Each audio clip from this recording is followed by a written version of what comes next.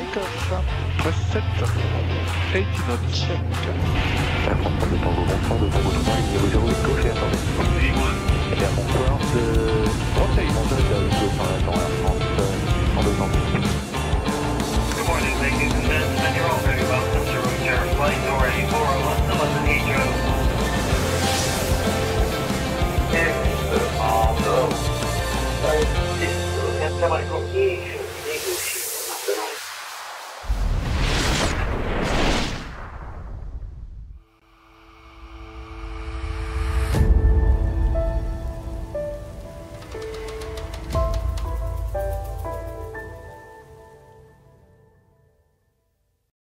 Et bonsoir à toutes et à tous. Comment est-ce que vous allez? Est-ce que vous allez bien? Est-ce que vous avez passé une bonne semaine? Bienvenue dans la zone aéro, il est mercredi soir. Très heureux de vous retrouver avec des écrans, un petit setup sympa et un nouveau, plus ou moins nouveau, 747 qui est ici. Est-ce que vous m'entendez bien? Salut à toutes et tous. N'hésitez pas à faire un coucou dans le chat, comme ça je n'oublie personne et je vous salue tous. Run to the Sky est là, MMG7F avec l'excellente équipe de modération. J'ai vu Philemon Mavercoin, j'ai vu Jordan, j'ai vu Free Flight 30, j'ai vu Julot. L'équipe de modération en force, évidemment, comme les mercredis. Faites un coucou, Lord Gibus aussi est là. Bienvenue à toutes et tous dans la zone aéro. Le son est bon, tout va bien, les gens arrivent, je vois des connexions, donc posez-vous tranquillement. Ce soir, on est ensemble pour une heure, à peu près une grosse heure, jusqu'à 22 heures, comme à la bonne habitude dans la zone aéro, avec désormais les mercredis, des fois des vendredis, un programme un petit peu qui change, et puis ce nouveau bar mobile qui nous permet d'avoir deux sites de streaming un petit peu différents, un petit peu organisés pareil quand même, hein. On retrouve la piste, on retrouve pas mal de choses, mais celui-là il est mobile, il est démontable, et ça veut dire aussi que ultérieurement on va pouvoir se déplacer, aller au plus près des avions, au plus près des organisateurs d'événements, au plus près des pilotes, de leurs machines, et on pourra faire des trucs assez sympas grâce à tout ce setup mobile. Alors justement, ça me permet de rebondir pour vous inciter à vous abonner à la chaîne si vous ne le faites pas et si vous souhaitez soutenir l'émission. L'abonnement Twitch est une des solutions. D'ailleurs, j'ai vu tout à l'heure que Stream Elements en fait des siennes. On a récupéré le bandeau avec les abonnés d'ailleurs qui sont là en dessous, là, vous les voyez. My Bricology d'ailleurs qui est le dernier follower. Si vous souhaitez suivre la chaîne et retrouver son contenu régulièrement, voir les notifications quand on lance un stream ou quand on reçoit des invités, n'hésitez pas à follow la chaîne sur Twitch, évidemment. Et puis sinon, pour les replays, ça se passe sur YouTube. Vous pouvez aussi vous abonner à YouTube, comme ça, dès qu'une émission est mise en ligne, vous avez la notif et vous pouvez regarder le replay. On vous invite à le faire, puisque plus on est de fous, plus on rit déjà, et en plus, ça augmente la visibilité globale de notre travail et de nos productions audiovisuelles au sein de Google, au sein du référencement, évidemment, vous l'avez compris.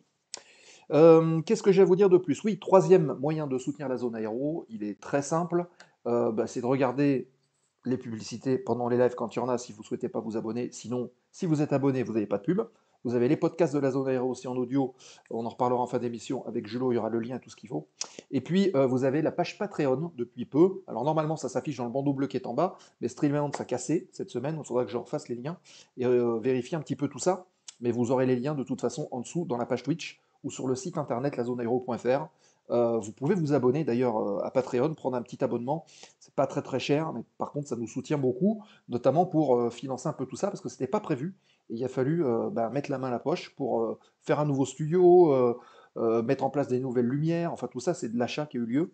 Et ça serait bien si vous pouvez l'amortir, ça serait cool. Merci Jordan pour le lien Patreon Membership, vous l'avez dans le chat.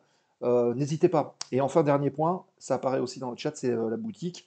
On a encore pas mal de petits goodies, des stylos, des mugs de la zone aéro, comme celui qu'on a dans l'autre bar là-bas, des polos, hop, je me décale, comme celui-ci, les polos officiels, entre guillemets, de la zone aéro. Vous pouvez les commander via la boutique. Et si des fois ça ne marche pas, n'hésitez pas à me le dire dans le Discord. Très beau polo. Merci, mon cher Mathieu. On essaie de s'habiller comme on peut, hein.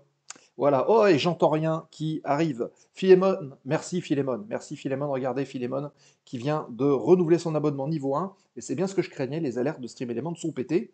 Merci Stream Element. Merci beaucoup, mais c'est pas grave.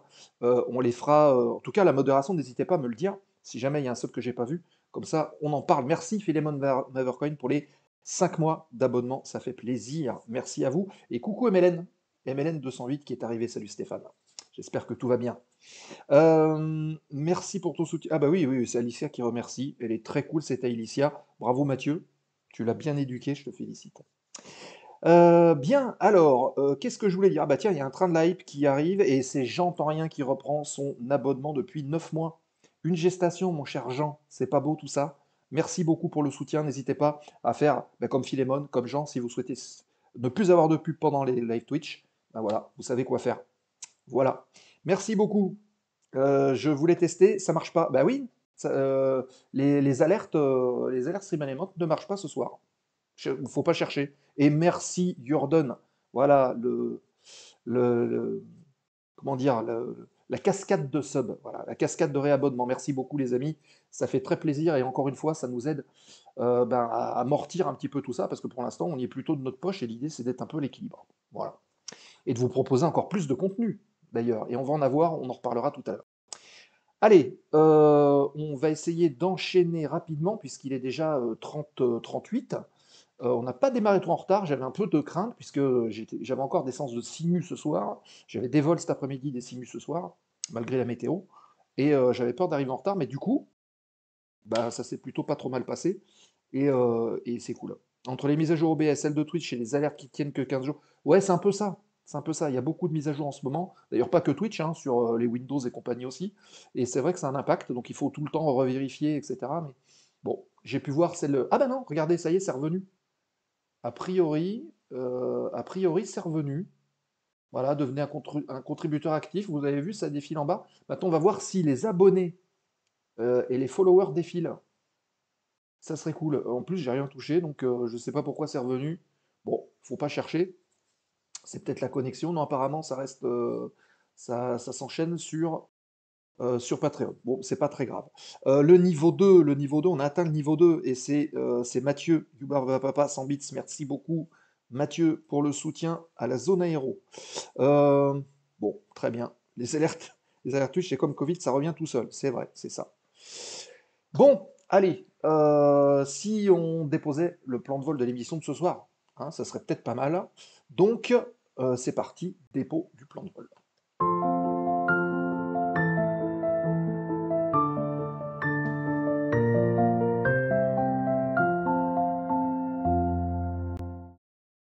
Et on dépose le plan de vol de ce soir. Je vais essayer de le faire afficher ici, là.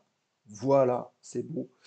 Le plan de vol de l'émission de ce soir, ben, comme à l'habitude, à la bonne habitude dans les émissions, et je pense que je réorganiserai aussi, parce que là, ça fait gros, hein. Vous trouvez pas? L'écran, le truc, ça fait un peu mastoc. Il faudrait peut-être que je le réorganise autrement, que ce soit un petit peu moins gros, qu'on puisse mieux se voir. Ce serait peut-être pas mal. Donc, le plan de vol de l'émission de ce soir, on commence ici, hop, avec l'actualité du terminal dans un instant. Il y a quelques news.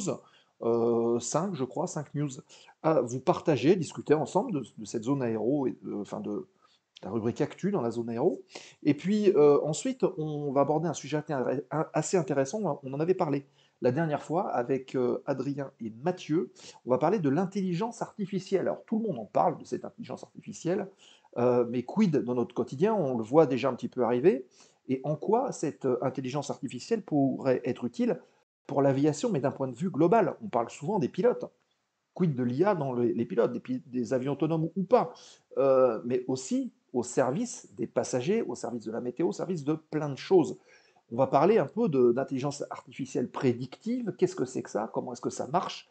Bref, on pourra discuter entre spécialistes, puisque nous aurons le plaisir de recevoir Mathieu et Adrien, qu'on ne vous présente plus, Mathieu Bayou et Adrien Grèce, qui seront avec nous tout à l'heure, en tout cas, pour parler d'intelligence artificielle et d'ouvrir les débats. Donc n'hésitez pas à nous partager vos avis, vos questions aussi, et évidemment, vous connaissez le principe, on les relaie sur l'écran et on en discute avec nos invités.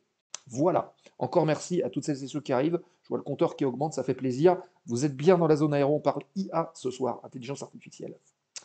Voilà donc pour le sujet de ce soir. Hop, on l'enlève et puis tout de suite, on démarre la séquence Actu.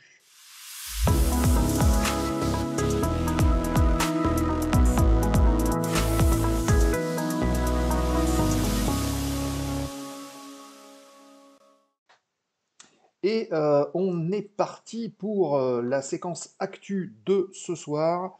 Juste le temps, regardez ce que je vais faire, ça sera peut-être plus simple. Hop, est-ce que je peux switcher? Oui, je peux switcher de caméra, c'est parfait. Voilà. Alors, la séquence actu de ce soir, et on démarre avec Emirates. Ça va plaire à notre ami Pierre. Préparation des questions, oui. Préparez vos questions pour Mathieu et Adrien, on les retrouve juste après. Donc, on est parti pour parler de cargo. Pourquoi on parle de cargo? Puisque Emirates a confirmé une commande supplémentaire de 5 Boeing 777F qui porte à 14 le nombre total de ces avions cargo commandés par la compagnie. On savait hein, que la compagnie, elle s'équipait petit à petit de 777 cargo, elle voulait augmenter sa flotte, elle voulait peser un peu plus dans ce domaine d'activité, et les commandes sont faites et les livraisons sont prévues entre 2025 et 2026, donc c'est tout proche. Cette augmentation de flotte s'inscrit dans un plan de croissance beaucoup plus large d'Emirates Sky Cargo, on en avait parlé dans la zone aéro, et la compagnie étudie actuellement deux options pour le renouvellement de sa flotte à plus long terme, le Boeing 777-8F et l'Airbus A350-1000F pourraient être deux hypothèses potentielles pour Emirates pour assurer justement ce service-là. Une décision définitive est attendue d'ici la fin de l'année, déjà, et parallèlement à ces nouvelles commandes, Emirates prolonge des contrats de location, comme beaucoup de compagnies d'ailleurs, pour d'autres 777F et poursuit la conversion d'avions passagers en cargo pour renforcer encore sa capacité de transport.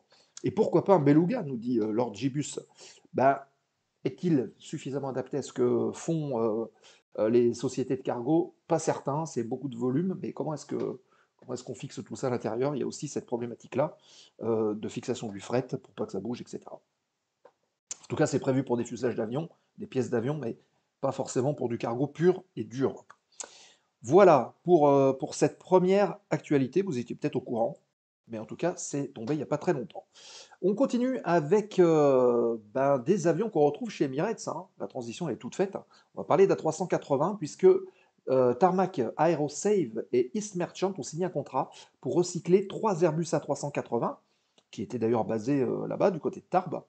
Les avions sont démantelés à Tarbes, comme beaucoup d'ailleurs. Hein. Vous voyez, je ne veux pas dire que c'est un cimetière à avions, mais en tout cas, c'est un lieu où la société recycle justement tous ces avions-là et toutes ces pièces détachées. L'objectif, justement, c'est de récupérer toutes les pièces détachées qui peuvent être nécessaires pour pouvoir les remettre sur le marché et puis continuer d'alimenter les A380 qui sont déjà en vol.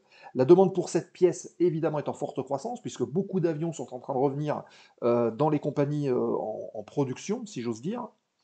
Et East Merchant, en partenariat avec AMS Aircraft Service et Skyline Aero, à la demande du marché, sélectionner les pièces les plus intéressantes à récupérer.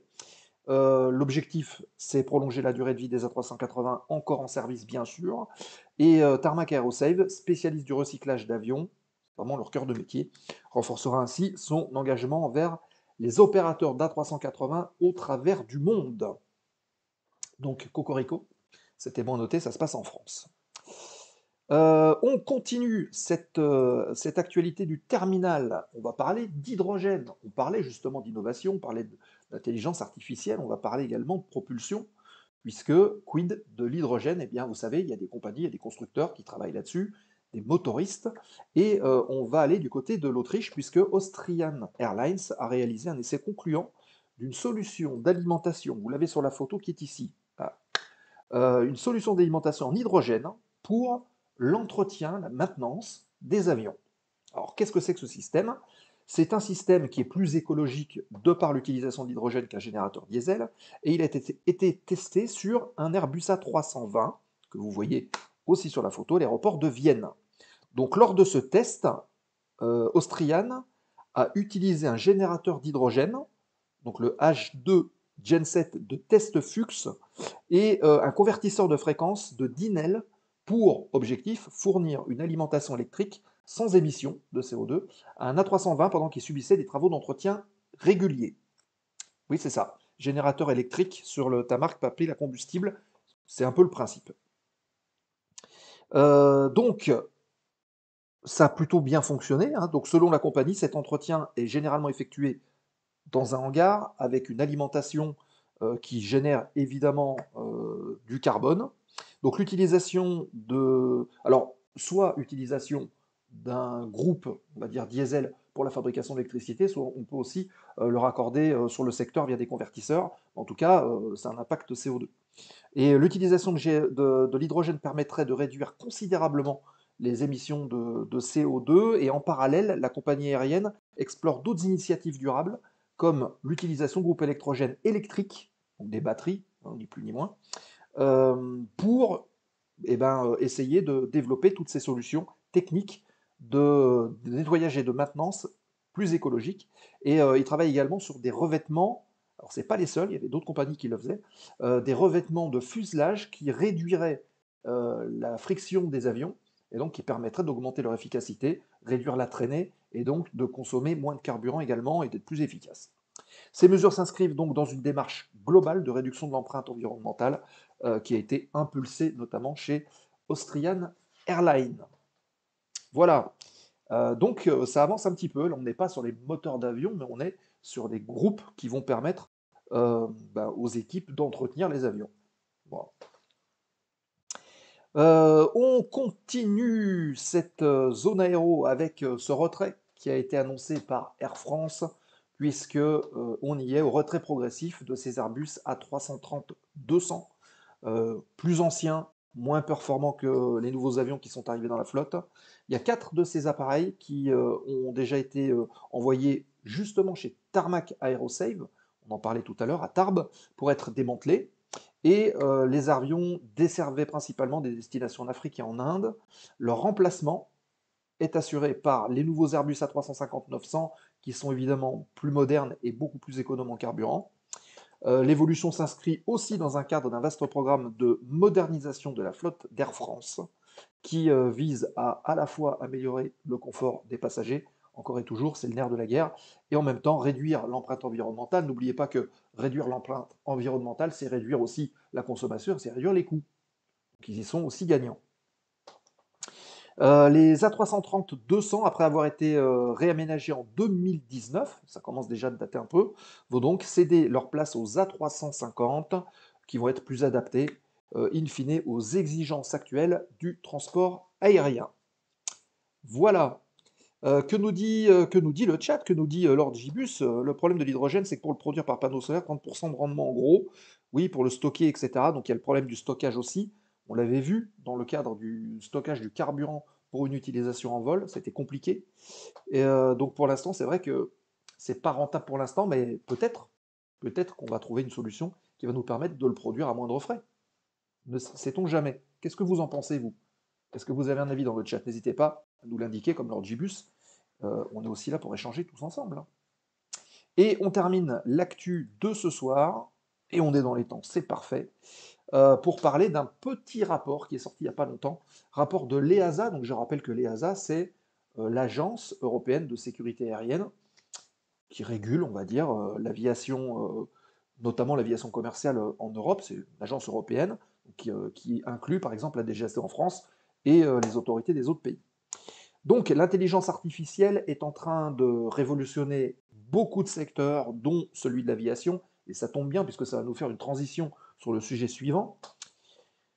En analysant donc d'énormes quantités de données, l'IA est capable d'optimiser justement les opérations aériennes, de faciliter la maintenance à la gestion du trafic aérien par exemple. L'IA peut par exemple prédire des turbulences. On dit qu'elle est aussi capable d'optimiser les routes pour réduire les détections, éventuellement détecter des anomalies dans les équipements. Et les pilotes bénéficient également de conseils en temps réel, c'est une assistance en quelque sorte, pour une meilleure prise de décision. On en reparlera tout à l'heure avec nos invités et voir en quoi justement, quelles sont ces limites de l'IA. L'industrie de la maintenance est également transformée grâce à l'intelligence artificielle. Il est possible de réaliser une maintenance prédictive. Alors qu'est-ce que c'est que la prédiction? On en parlera aussi. En anticipant des pannes, en optimisant les interventions, et ça permet au total de réduire les coûts, d'améliorer la sécurité, c'est le nerf de la guerre aussi, on s'en souvient, hein.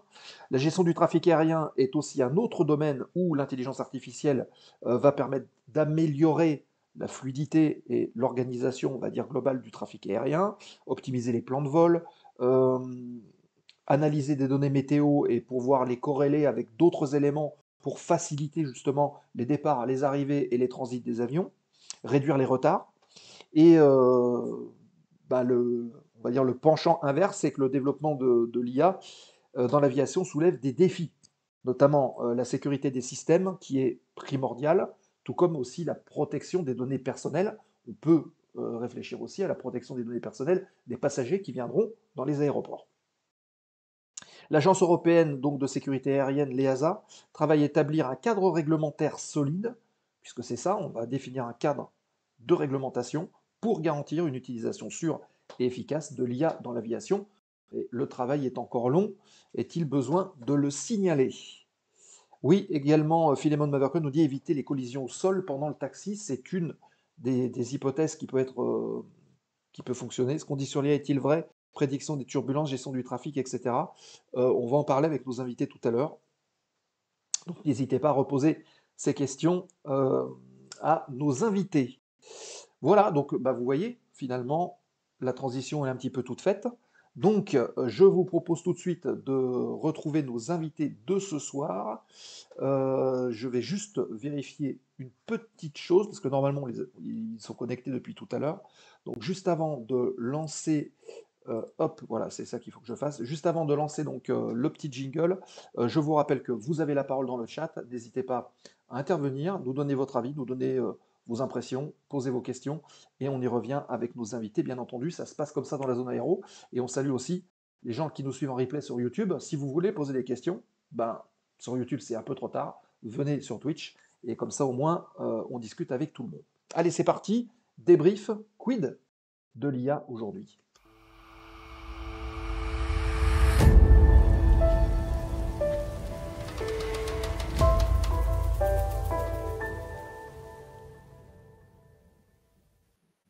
Et ils sont avec nous. Bonsoir messieurs, bonsoir Mathieu, bonsoir Adrien. Déjà, on va faire un petit test son. Est-ce que vous nous entendez bien? On t'entend très bien. Oui, okay. Moi aussi, c'est bon de mon côté. Et ça marche. Et le chat, est-ce que vous entendez nos invités? Dites-nous sur 5, comment est-ce que vous les captez? Et comme ça, au moins, on est sûr de partir sur le bon pied, on va dire. Test. Test. Voilà. Parfait, 5 sur 5, nous dit j'entends rien. Donc c'est parfait. Écoutez, messieurs, je ne vais pas vous rafficher le petit compteur ici. Est-ce que rapidement, l'un après l'autre, peut-être Mathieu d'abord et Adrien ensuite, vous pouvez refaire une petite présentation pour nous permettre de vous connaître un petit peu mieux? Bien sûr. Donc moi je suis Mathieu ou Youbrava Papa sur Twitch, ou d'ailleurs sur tous les réseaux, vous avez dû voir mon nom de 1, 2, 3 endroits. Je suis cofondateur et co-créateur d'Alicia que vous avez dans le chat. Ça va faire à peu près 3 ans qu'on est là-dedans. Je suis ingénieur logiciel depuis à peu près 14 ans maintenant. Je travaillais dans différents domaines et assez proche de l'IA dans certaines conditions, notamment sur la détection de fusillade, où il fallait... entraîner des modèles pour écouter des coups de feu et être capable de les reconnaître entre un coup de feu et un coup de marteau sur une barre en métal. Voilà. En effet, c'est original. Très, et c'est surtout pour les États-Unis, sans surprise personne. Pourquoi ça nous étonne pas? Ok. Et Adrien, du coup? Ok, donc du coup Adrien Grèce, enchanté tout le monde. Du coup c'est la deuxième fois que je participe à l'émission. Moi je suis docteur en informatique, spécialisé dans le traitement automatique de la parole par des méthodes de deep learning, donc des méthodes d'intelligence artificielle. J'ai travaillé longtemps sur des problématiques de similarité de la voix dans des contextes multilangues, notamment pour détecter des similitudes dans les voix d'acteurs de doublage pour le domaine du jeu vidéo et du cinéma. J'ai fait 4 ans de start-up aussi, donc sur des sujets plutôt orientés aéro, pour le monitoring des pilotes. On avait une techno on développait une techno pour suivre l'état cognitif, enfin l'état neurophysiologique plutôt, du pilote en mêlant de la spectroscopie proche infrarouge. Donc, c'est une technologie qui permet d'évaluer le niveau de sang dans les tissus cérébraux et de l'analyse de la parole, donc pour essayer de trouver des liens entre les deux. L'idée, c'était quoi? C'était de vérifier qu'ils ne s'endormaient pas? Alors, pas qui s'endormait pas, mais qui. Alors, il y avait les problématiques de l'hypoxie, surtout liées à l'attitude, et puis les problématiques de saturation cognitive, on va dire de vigilance. D'accord. Ok. Très bien. Oui, en effet. Donc, finalement, et toi, Mathieu, je sais que tu es aussi un passionné d'aviation, puisque tu fais régulièrement du flight simulator, on a pu le voir sur ta chaîne. Oui. Donc, tous les deux, vous avez quand même un rapport assez étroit avec l'aviation. Oui, plutôt. Ça fait très longtemps que je suis passionné. Je souhaite un jour pouvoir passer mon brevet de pilote, ce serait pas mal quand j'ai un peu plus de temps, donc clairement dans ce domaine-là. Oui. Ben, j'ai 2-3 plans, je pourrais peut-être t'aider à ce niveau-là. Avec Comme j'entends plaisir. rien dans le chat, il y a pas mal de personnes qui ont dit tiens, ça serait bien d'apprendre à piloter avec la zone aéro. Ben, pourquoi pas? Carrément. Peut-être quelque chose d'envisageable. Ok, très bien. Alors, je reviens sur ce que disait Adrien tout à l'heure. Tu parlais de similitude de voix. Est-ce qu'on pourrait imaginer une intelligence artificielle qui prendrait une voix humaine, par exemple, pour faire du contrôle aérien? Et ensuite, on reviendra sur Mathieu, qui le fait déjà quelque part avec Alicia, avec certains streamers. Donc, est-ce que c'est quelque chose qui est techniquement possible et éthiquement acceptable? Alors, question intéressante. Ça soulève plusieurs choses. Alors, purement d'un point de vue synthèse vocale, oui. Il n'y a pas de souci, on peut synthétiser de la voix et on peut en plus adapter les modèles de génération de voix à des contextes et des domaines particuliers. Donc le domaine du contrôle aérien, on peut lui apprendre entre guillemets tous les termes techniques assez facilement et lui faire générer de manière intelligible tous ces termes sans souci. Après, il y a les considérations enfin, il y a deux types de considérations. Les considérations éthiques, je les laisse de côté pour le moment, et puis il y a les considérations qui sont plutôt de l'ordre de la compréhension, de la compréhension de la situation. Là, pour le coup, les systèmes d'intelligence artificielle. Alors, je ne sais pas du tout s'il y a des travaux de recherche qui se font dans ce domaine-là, mais selon moi, ça soulève déjà des problématiques bien plus ardues pour se dire c'est demain qu'on aura de l'intelligence artificielle à la place des contrôleurs aériens, quoi. Puis après, il y a la problématique éthique, qui est aussi la problématique de la responsabilité, en fait. Est-ce que l'IA peut être tenue responsable d'un problème si jamais ça devenait, quoi. Si Alicia contrôlait demain les avions, est-ce que Mathieu est en prison, en fait? Un peu ce que ça veut dire. Un peu ça, ouais, l'idée. C'est d'ailleurs, si je me trompe pas, c'est l'une des discussions qu'il y avait eu pendant un certain temps au niveau des... alors, je sais pas si ça s'appelle le congrès là-bas, mais qui était en Californie. L'endroit où ils font la plupart des tests, en fait, sur les véhicules autonomes qui ont été faits aux États-Unis, où l'une des problématiques, c'est comment en fait, les contrats avec les assurances vont pouvoir se faire.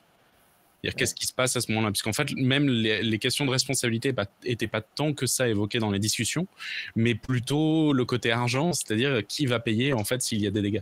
Et c'était s'ils arrivaient à faire signer ces contrats d'assurance. Dans ce cas-là, on était capable d'avoir du coup les véhicules de taxi qu'on a pu voir passer en Californie, mais ça a été lié vraiment à la législation et surtout autour des assurances. Ouais. Oui, donc ça va bien au-delà de l'aspect technique. On pense souvent à l'aspect technique. Mais il y a pas mal de choses en plus, toi, Mathieu, justement, dans la société, on va dire, que tu gères avec Alicia. Est-ce que c'est aussi ton quotidien, cette réglementation? Alors, pas à ce niveau-là, parce qu'on a beaucoup moins de risques. Déjà, nous, de notre côté, on est quand même sur des choses qui sont plus dans j'ai pas le mot, pardon, dans l'entertainment, c'est le ludique. Ludique, merci. Le ludique, donc on a moins de risques, c'est-à-dire on a quand même très peu de risques de tuer quelqu'un avec Alicia aujourd'hui, alors que pour des voitures autonomes, c'est autre chose. On va avoir beaucoup plus de problématiques sur des questions de droit d'auteur, par exemple, qui sont aujourd'hui, à mon avis, l'une des discussions les plus constantes au niveau de l'IA, ce qui, par contre, n'est pas vraiment le cas quand on vient autour d'aviation ou de solution vraiment très technique à un problème technique de niche. Je parlais tout à l'heure de la détection de fusillade, c'est quelque chose, mais on peut parler par exemple, tout à l'heure quelqu'un mentionnait le fait de faire du taxiing sur les aéroports de manière autonome. Ça, c'est des problèmes de niche d'une certaine manière dans des environnements un peu plus contrôlés qui peuvent se faire de manière assez avancée. D'accord. Et sans problème de sécurité, on sait aujourd'hui gérer ces potentiels problèmes de sécurité-là? Toujours un peu difficile à dire. Je dirais que de mon point de vue, après Adrien, tu arrives quand tu veux, mais l'avantage qu'on peut avoir dans des zones contrôlées, encore une fois, l'avantage d'un aéroport, c'est quand même c'est plus contrôlable que de la circulation en ville. C'est qu'on va pouvoir justement entraîner sur des règles très très précises et dans des endroits où il ne va pas y avoir énormément d'interruptions là-dedans, ou que tout soit soumis sous ce même contrôle automatisé à un moment donné. Puisque l'une des problématiques aujourd'hui des voitures autonomes, c'est finalement pas vraiment la voiture autonome en tant que telle, c'est que ce qui est autour n'est pas autonome. Et donc, c'est l'environnement. On parle d'environnement sauvage. Et c'est vraiment, c'est vraiment le cas pour le coup. D'accord, donc la définition d'un environnement sauvage, c'est tout ce que l'IA n'est pas capable d'anticiper quelque part. Oui, c'est le concept opposé de l'environnement contrôlé de laboratoire. C'est ça, l'environnement sauvage. Après, l'avantage d'un aéroport, c'est que ça paraît quand même un domaine où il y a beaucoup de procédures qui sont instaurés dans les systèmes. Donc, ça peut faciliter, on va dire, les choses. Mais il y a toujours les événements perturbateurs qui peuvent arriver et qui peuvent mettre à mal un système d'intelligence artificielle, quoi. J'ai un exemple assez parlant d'un système qui s'appelle AlphaGo, qui a été développé par la société DeepMind, qui appartient aujourd'hui à Google, et qui donc du coup est un système qui permettait de jouer au jeu de Go. Donc c'est un jeu, un jeu un peu particulier, je ne sais pas si vous connaissez. On a des pions et il faut capturer les autres pions en les encerclant. Enfin, il y a plein de possibilités. C'est très vivant comme jeu. Et le système avait mené un concours contre le champion du monde, maître japonais de Go. Et les premières parties qu'il a jouées contre le système a concrètement plié en deux le maître japonais.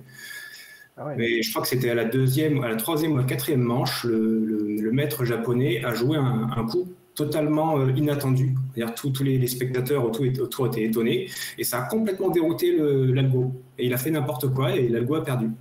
Bon, bien sûr, la partie d'après, l'algo avait appris de ce coup un petit peu tordu et avait laminé, bien sûr, le maître de Go. C'était en 2017, il me semblait. Depuis, plus aucun joueur de Go n'a pu battre une intelligence artificielle. Non. D'accord, eh ben, c'est une super anecdote, ça. Moi, c'est très parlant. Il y a déjà 2 questions qui sont arrivées dans le chat. Si vous voulez bien, on va commencer de les diffuser. N'hésitez pas, hein, encore une fois, à intervenir, les amis. Le débat est ouvert à tout le monde. Vous posez vos questions, on revient dessus, il n'y a aucun problème. Hein.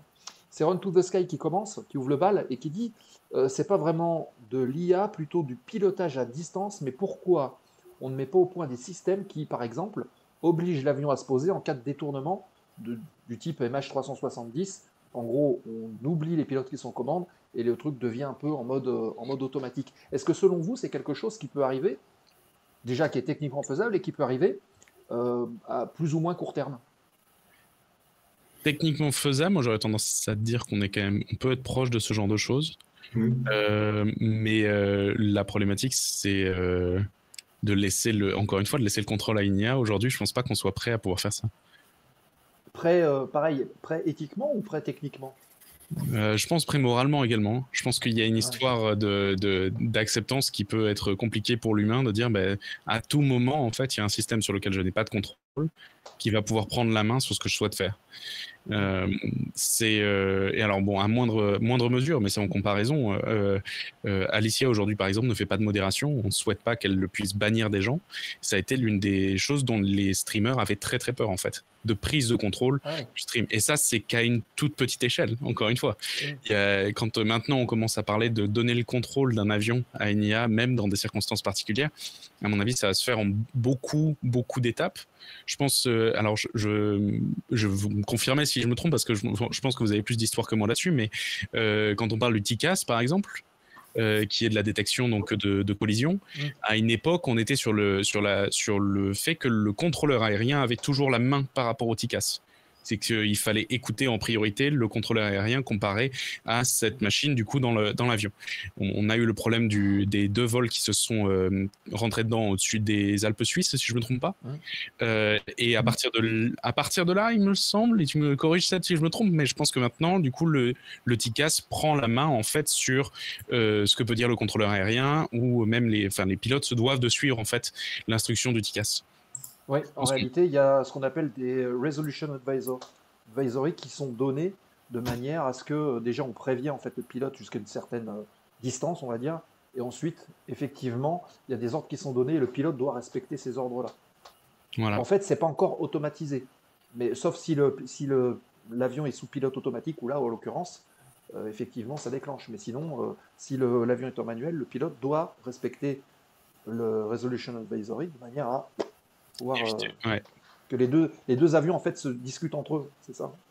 Mais je pense que ce qui va se passer pour l'IA, on va dire autour de l'aviation, mais vraiment dans les avions ou dans le contrôle des appareils, ça va être par étapes de la même manière que finalement ça s'est passé pour le TCAS. Alors il faut espérer juste que ça soit pas dans les mêmes circonstances, mais ça sera à mon avis au départ de l'advisory comme tu dis, et ensuite au fur et à mesure en fait de plus en plus d'automatisation.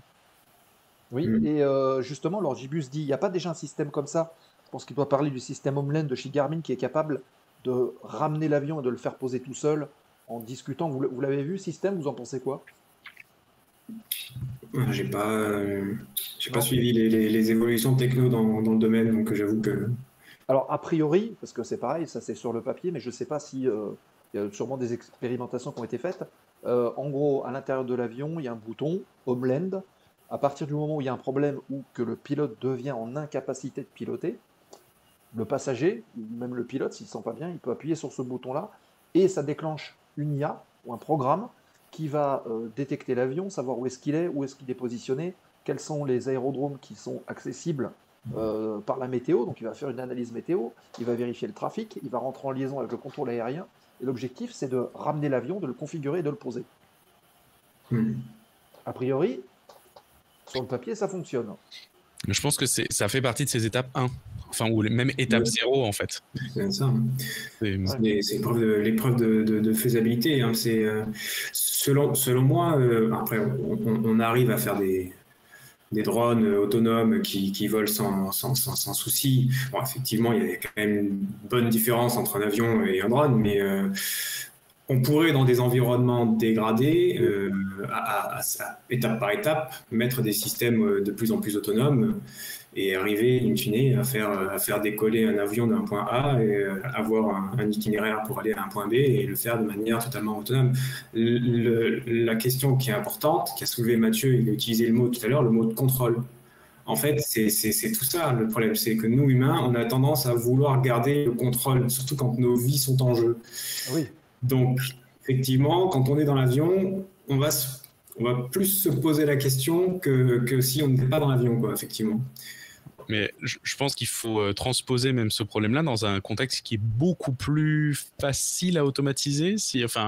Encore une fois, Adrien, si je dis une connerie, tu n'hésites pas à me corriger, mais si on prend le ferré, par exemple, le ferré, c'est un environnement qui est plus simple à automatiser. On le voit, ne serait-ce que pour aujourd'hui que ce soit les métros, que ce soit certains trams, certains monorails ou ce genre de choses qui sont finalement quand même plus simples à automatiser. Aujourd'hui, on n'a pas de grandes lignes autonomes en France. Il n'y en a pas non plus d'ailleurs ailleurs. Il ne me semble pas qu'aujourd'hui on ait ce type de choses. Et je pense que c'est plus lié à l'acceptation de l'humain sur cette perte de contrôle, plus que finalement à une question de faisabilité. En gros, ça voudrait dire que sur le métro d'une station à l'autre, c'est pas loin, donc moralement, on est capable de monter dedans, mais sur des trains à longue distance, de faire, imaginons, un Paris-Lyon, comme il y aura plus d'imprévus peut-être sur le trajet, ben, du coup, personne ne veut. Je pense que c'est lié à ça. Je pense que c'est lié aussi à la durée dans laquelle on est. Le temps de se poser finalement la question, de se dire attends, je suis assis dans ce train-là qui va à 300 km/h actuellement, et il n'y a actuellement aucun humain qui est là pour prendre le contrôle de ça s'il y avait quelque chose qui n'allait pas. Et le contrôle à distance, quelqu'un qui est à distance, qui avec des caméras puisse voir ce qui se passe, ça peut être envisageable aussi? Je pense que c'est de la psychologie, donc je suis pas sûr en fait que le contrôle à distance résolve ça. Je pense qu'en termes de psychologie, ce qu'il va falloir, c'est adapter petit à petit avec un accompagnement en fait, c'est-à-dire directement avoir un pilote, oui d'ailleurs pour les avions aussi, mais un pilote ou un conducteur de train dans le train, mais que tout ça soit entièrement automatisé, que finalement il soit juste là pour surveiller. Et on va du coup passer l'humain en juste surveillance, je sais plus comment on dit. Superviseur, merci. Et jusqu'au point où on dira un train sur 2, maintenant on n'a plus de superviseur. Et puis à un moment, ça sera un train sur 4, et puis à un moment, ça sera un train sur 10. Et ensuite, ça sera normal. De la même manière que par exemple, on ne pensait pas pouvoir faire atterrir une fusée il y a 10 ans. Maintenant, aujourd'hui, c'est routine pour SpaceX. Et oui, c'est ça. C'est normal. Mais c'est une question de flexibilité, c'est sûr. Parce que dans le domaine militaire... Ah pardon, je te coupe.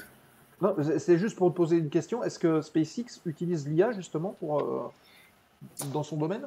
Alors là, j'aurais du mal à répondre. Je suis pas sûr qu'on puisse parler d'IA à proprement parler sur la fusée qu'ils utilisent.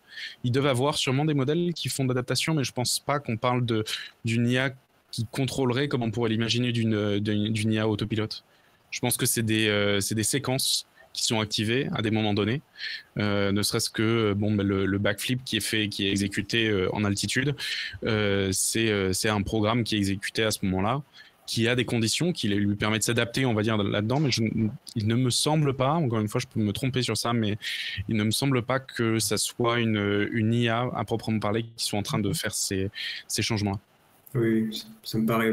Il doit y avoir peut-être des sous-systèmes qui sont des composants peut-être de régulation ou de gestion autonome je sais pas moi, des propulseurs ou quelque chose qui doit être peut-être géré par des modèles d'IA, mais au niveau global, c'est un système autorégulé, autonome en fait, et supervisé aussi en plus, je pense.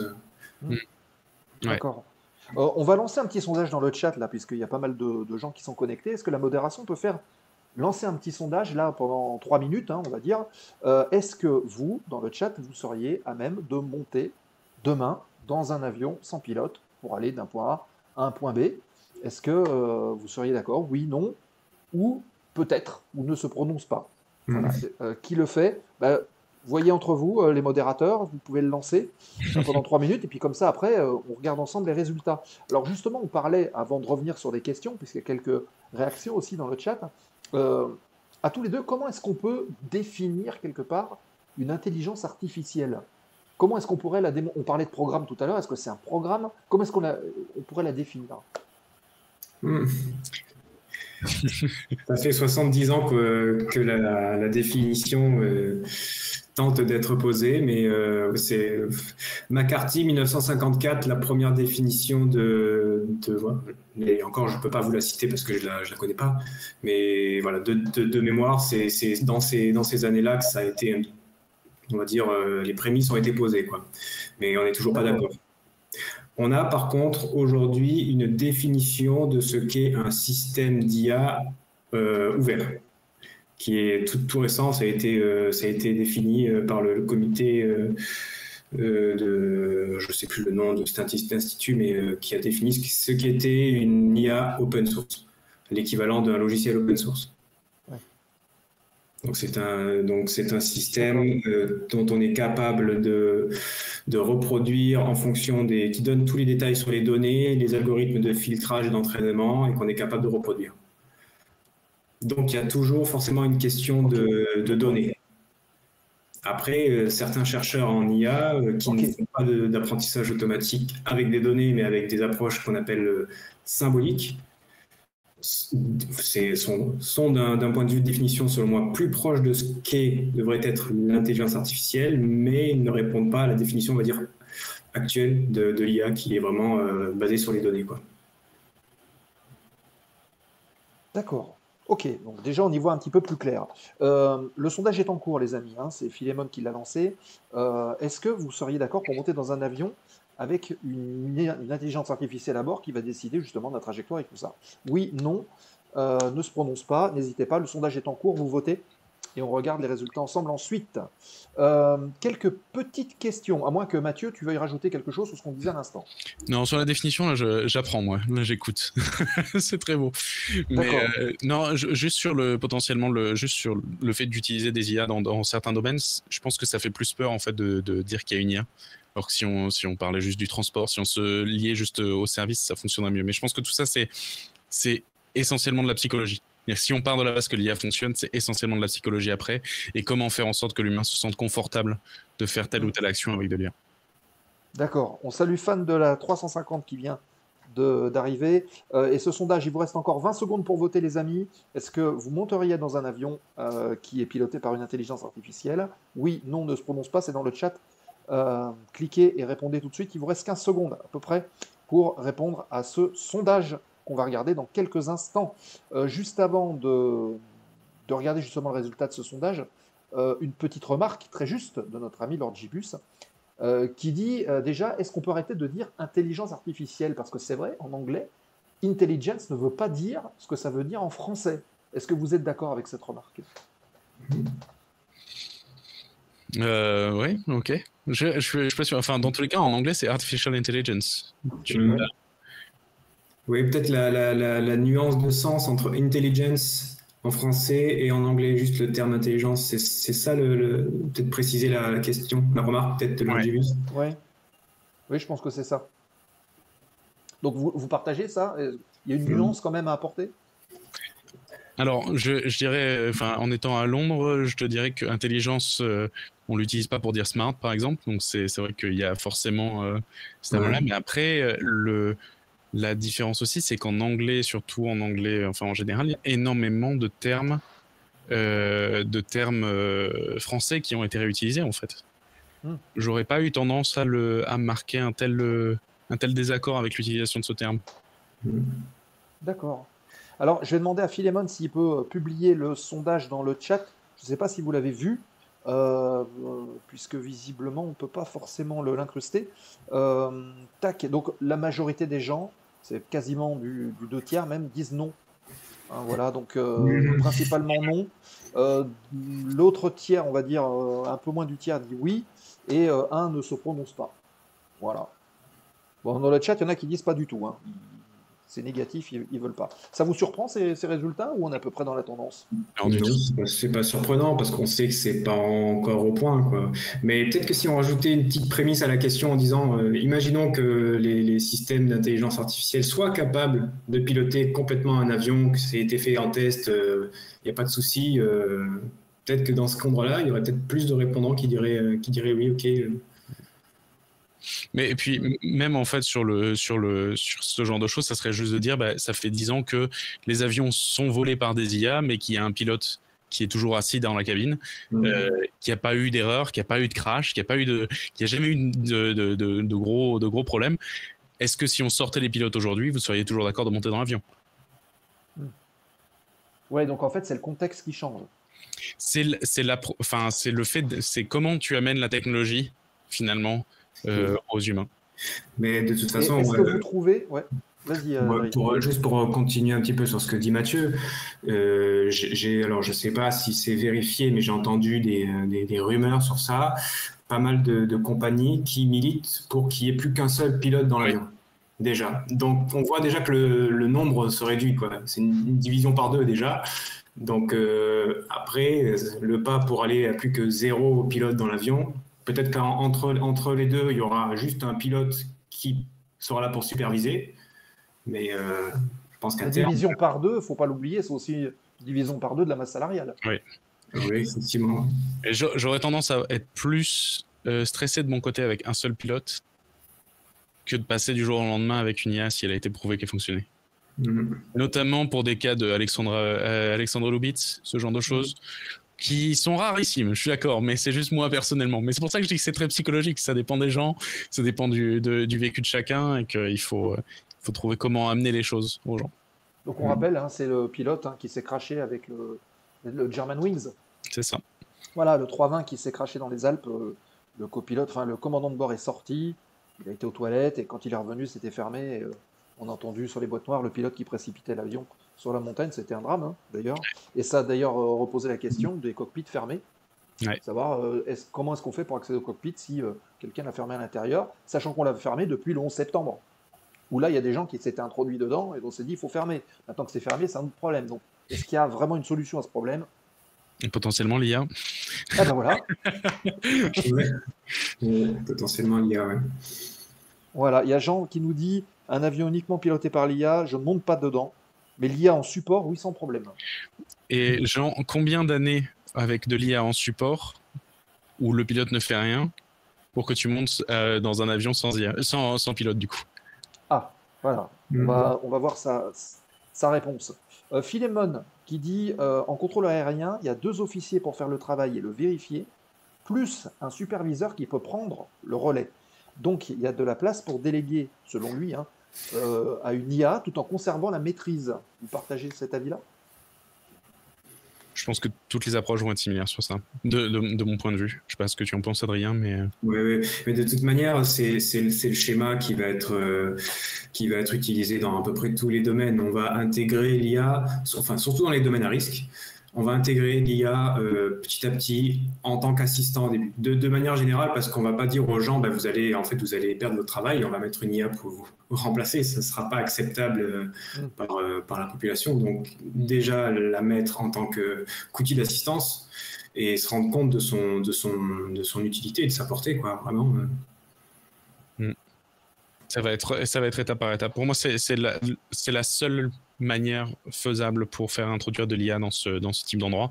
Et donc, tu vas avoir ce côté de superviseur, justement, et de vérification. Oula, j'ai ma caméra qui a décidé de faire n'importe quoi. Je vais la redémarrer. Mais c'est Alicia qui prend le contrôle. C'est Alicia, voilà. C'est Alicia qui revient. Mais je pense, voilà, ça va se faire par étapes. C'est ce qui permettra que ça fonctionne. Je redémarre ma caméra, je reviens. Ouais, alors, il y a des avis qui sont assez divergents dans le chat. Alors, il y a Jean, déjà, qui nous dit un avion piloté uniquement par l'IA, il ne monte pas dedans, mais avec l'IA en support, sans problème, ça on l'a vu. Et il rajoute, je suis une génération qui ne montera pas avec l'IA à 100%. A priori, Jean, c'est catégorique. Lord Gibus rappelle, il dit qu'il y avait 3 personnes dans le cockpit avant, le pilote, le copilote, un ingénieur ou un navigant, un radio qui était derrière. Et depuis le système automatique, on s'est adapté à 2. Et avec l'IA, il pense à 1, peut-être d'ailleurs. Donc lui, c'est plutôt le sens inverse. Et fan de la 350 nous dit monter dans un avion 100% IA, c'est comme monter dans une Tesla 100% IA, c'est hyper dangereux. C'est vrai qu'on a vu l'IA des voitures autonomes poser un certain nombre de problèmes, bien que, et Lord Gibus nous dit aussi qu'il y a déjà 3 marques de voitures chinoises qui sont en autonome total. Votre avis sur la question ? Sur les voitures autonomes, je pense que ce qu'il faut regarder, c'est pas chaque événement, parce que c'est la même chose que l'effet divers en fait. C'est que du moment où il s'est passé quelque chose avec une voiture qui a de l'intelligence ou qui a été conduite de manière autonome, on va en parler beaucoup plus que n'importe quel autre accident. Si on fait un rapport en fait par rapport au nombre d'incidents qui ont été faits avec des voitures autonomes et au nombre d'incidents rapportés au même nombre pour des voitures contrôlées par des humains, la différence est monstrueuse. Donc j'ai plus confiance dans une voiture autonome que dans n'importe quel taxi que je peux trouver à Londres. Ouais. D'accord, c'est très clair. Oui, mais je suis du même avis. C'est un biais statistique. On a tendance à effectivement faire beaucoup de spectacles parce que c'est médiatique aussi. Il y a des enjeux politiques derrière. Pour les problèmes, voilà, quand vous avez une Tesla qui se crache ou n'importe quelle voiture autonome qui cause un accident, ça se passe souvent aux États-Unis. Donc après, il y a peut-être d'autres effets, on va dire, de situations qui posent qui causent des accidents, hein. Mais de manière générale, un système automatique est plus fiable qu'un système humain, ou un humain pilote, quoi. L'autre, Et de manière générale, entre nous, je préfère 100% une voiture complètement autonome qu'une voiture semi-autonome avec un conducteur qui regarde son smartphone plutôt que la route, quoi. carrément, carrément, je suis 100% d'accord avec ça. Parce qu'on en voit de plus en plus, je trouve. Et après, je pense qu'effectivement, donc, il y a le côté statistique qui, déjà, en fait, aujourd'hui, les voitures autonomes, dans la majorité, font bien mieux que n'importe quel conducteur aujourd'hui, ce qui fait que j'aurais tendance à aller dans tous les cas vers ça. Et bien sûr qu'on peut faire mieux, en fait. Le seul problème, c'est qu'aujourd'hui, ce qui est demandé à de l'IA, notamment pour de la conduite sur des voitures, c'est pas de faire mieux, c'est de faire parfait. Ce qui est impossible, on ne peut pas faire parfait. Ça n'arrivera pas d'avoir 100% de taux de réussite tant qu'on n'a pas en fait le contrôle complet de l'environnement, c'est-à-dire que toutes les voitures sur la route soient des voitures autonomes. Donc aujourd'hui, tant qu'on est dans cette recherche du parfait, on va continuer à avoir des articles à sensation en disant oh mon Dieu, l'IA a tué quelqu'un parce qu'elle a fait un écart de route, alors que non, potentiellement ça aurait été encore pire si ça avait été un vrai conducteur derrière. C'est juste encore une fois de la psychologie. J'arrête pas de le répéter, mais c'est essentiellement ça. Oui, ben c'est bien aussi d'insister là-dessus. Hein, alors, il y a Lord Gibus qui dit rappel en Chine, à Wuhan, il y a déjà 500 taxis autonomes total qui visiblement fonctionnent au quotidien. Road to the Sky précise, il y a aussi le problème de prise de décision subite. Le coup de volant qui a été donné pour éviter un piéton et qui a été percuté une voiture en face. Donc, la prise de décision, on y est encore ou il faudra attendre encore un peu? D'un point de vue de temps de réaction, la machine est beaucoup plus rapide que l'humain, ça oui, c'est sûr. C'est peut-être la décision que la machine va prendre qui est discutable d'un point de vue moral ou éthique, quoi. Je pense que la comparaison à faire, elle n'est pas sur une voiture et un piéton, parce que là, par exemple, moi, de mon point de vue, j'aurais tendance à dire qu'il valait mieux aller percuter la voiture que le piéton. Beaucoup plus de chances de survie pour les personnes qui sont en voiture que celle qui sera à pied. Mais par contre, si on parlait de s'il y avait une personne qui est âgée plus un enfant et qu'on n'a pas le choix, qui sait qu'on percute. Et là, c'est des questions éthiques auxquelles c'est un peu plus compliqué de répondre. D'accord. On salue Okage-O ou 0Cage0 qui vient d'arriver avec 14 personnes, un raid qui arrive pendant cette émission. On a le Dreamer. Bonsoir. Merci à vous. Ah, il y a Dreamer qui est là aussi. Oui. Salut Jérémy, bien le bonsoir à toi. Dreamer Caster, d'ailleurs, on peut lui faire un petit shout-out sur son excellente chaîne de la compagnie Good Dream, qui utilise d'ailleurs l'IA, qui utilise Alicia. Hein, c'est ça. Et en fait, il a fait un très très gros travail. Je vous invite vraiment à aller voir sa chaîne. C'est sympa, tout comme 0Cage0 qui fait du flight sim. N'hésitez pas à aller voir ces bons streamers qui nous font voler aussi indirectement sur Twitch. On tente de résoudre le problème philosophique du tramway. Ouais, c'est ça. On peut résumer ça un peu comme ça. Exactement. Il y a MLN208 qui intervenait et qui disait le contrôle à distance existe déjà en aéronautique. De nombreux aéroports sont et vont être contrôlés à distance. Exemple, l'aéroport de Milan-Linate est contrôlé à distance par Milan-Malpensa. Donc, ce contrôle à distance, est-ce qu'on peut le déléguer à une IA? Est-ce qu'on peut garder la main dessus via un humain? Comment est-ce que vous voyez l'avenir justement de cette IA dans le quotidien? Est-ce qu'on parle d'avoir décalé les commandes, on va dire, des contrôleurs aériens, c'est-à-dire de pouvoir les faire travailler dans un autre lieu? C'est de ça dont on parle? Alors, il faudrait que MLN nous précise ce qu'il entend par là. Mais si on imagine cette solution-là, est-ce que ça peut être du domaine de l'envisageable? De mon point de vue, oui. Ouais. Je pense qu'il n'y a pas de... Ouais. Il n'y a pas de frein technique, on va dire. Le contrôleur aérien peut être un endroit différent. S'il a ces mêmes écrans et ses tableaux de bord. Ouais. Mais je pense qu'il y a autant de contraintes comme. Il y a un truc un peu simple Ouais. à gérer, mais c'est sur les délais de réponse. C'est que si on parlait par exemple de faire des concours de e-sport à distance, ça devient de suite beaucoup plus compliqué en termes de latence qu'on va pouvoir avoir. Sur du contrôle aérien, je pense pas que les quelques millisecondes qu'il peut y avoir d'écart entre la tour et leur maison va jouer énormément sur la prise de décision. Maintenant, encore une fois, je suis pas contrôleur aérien, donc il faudrait, s'il y en avait dans le chat, n'hésitez surtout pas à nous contredire. Alors, MLN, justement, dit affirme, ce sont les contrôleurs de Milan Malpensa qui contrôlent Milan Linate via des caméras. D'accord. Donc, finalement, c'est du contrôle déporté. Ouais, C'est pas tellement de l'IA, quoi, finalement. Donc déjà, si on avait une IA, dans tous les cas, il faut voir qu'une IA, d'une certaine manière, c'est que du contrôle déporté. Non.